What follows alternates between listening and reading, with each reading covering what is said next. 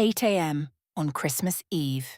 Snow pounding on my windshield when I was in my parents' driveway turned in. Your tree burned through the front window. My kids were bouncing in the back seat.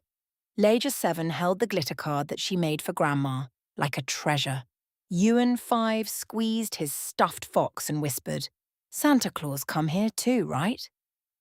Inside, Cinnamon and Pine were beating on us My mother's hug was fast. My father nodded over his drink. My sister Cara sitting on the couch with a wine glass, and her daughter June was already on tree and tore up gifts, as if it were competition. A tablet flashed in June's hands opened, then headphones flew rapping. She did not look up. Leah jumped to the tree and pulled on the sleeve my mother. "Grandma," she asked, brightly and polite, "where are ours?" My mother slipped past me to the adults who watched. "Your children are not important this year enough for gifts," she said flatly, like a slammed door. Evan's face crumpled. Laya was silent. Your card is bent in the fist. Back tears rose silently. Carrara's mouth bent over. "Seriously," she added. "Why money for children without a father? Waste it." Evans's sobs broke loose, loud and helpless. Leah's tears finally flowed calm and steady. No one moved. The Christmas carols insisted on that the world is joyful. I was kneeling and collected them, felt how their bodies were shaking against me. I swallowed everything that made me beg would have brought it. Then I got up, left in the hallway next to the wardrobe, and took out my phone. The list of favourites opened to a names I saved for emergencies have. Ria Trust Office. My thumb hovered over call. The room behind me, I was waiting for my reaction. I pressed down. Ria took the first ring on. "Sadie, I'm here." I went back in the living room so that everyone can hear it can. Even sobbing was 2 gulps shrunk up in my shoulder. Elle held my wrist like an anchor. Carr watched me with a grin that said, I would give in. My mum stood there, stiff, ready me for to blame the chaos.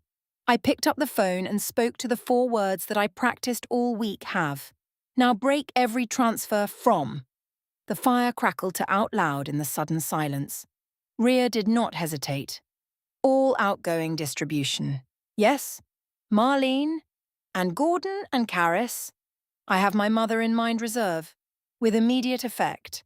My dad froze up with his drink half-height. "What transfers?" He scratched, but his face betrayed him.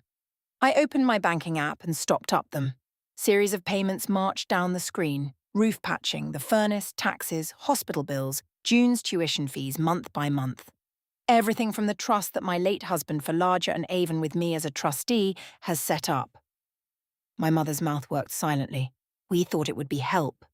"It was?" I said. "Mine." Carrara jumped up. "You can't do this, Do. June, tell them what you mean." "You told the children," I said with a flat voice, "that some children are more important." Ria's voice penetrated through stairs. "I will be back within 48 Written confirmation send." "Do it," I said, and finished cool. My mother reached for my sleeve. I resigned and put Laya's crumpled card in my coat pocket. "Shoes on," I told my kids. "We're leaving." We went into the storm into it. The Verandlicht shrank behind us, and for the first time in the all night I could breathe again. We drove home. Wiper fought the white, even slept first day. The cheek crushed against his fox. Gulp on, faded in breath. Lee stayed awake, silent as a held match, and stared at the glitter, the one that stuck to her fingers. In our kitchen, I peeled wet, I took off my coats, boiled cocoa, and sat down at the table with an open laptop. Ria's email confirmation was there. "Transfer stopped, letters triggered. I have it not enjoyed. I'm just moved on because I had learned that grief has an aftertaste and my kids needed sweetness tonight. At 12:17 o'clock, I lured myself into and found the reverse mortgage extension, which I had signed years ago to please my parents in this house reserve. 1 click. Extension reject. A warning flashed. Due balance. The schedule for the foreclosure begins. I have clicked on continue. My hand trembled only after that. On Christmas morning, my phone lit up like a siren. My mum is sobbing.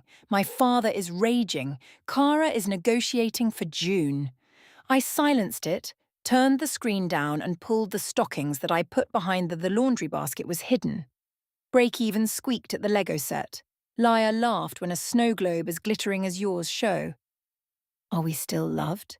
She asked, her voice small. I was kneeling me down and stuck her hair behind the ear. More than anything else, I said, and meant it so hard that it hurt. By the new year, the plea was about accusations. In March, a thin envelope. Apologies written in shaky ink, promised to ask her only once to see. I, Lysander, while my children built a crooked snowman, and I felt nothing that made a response needed.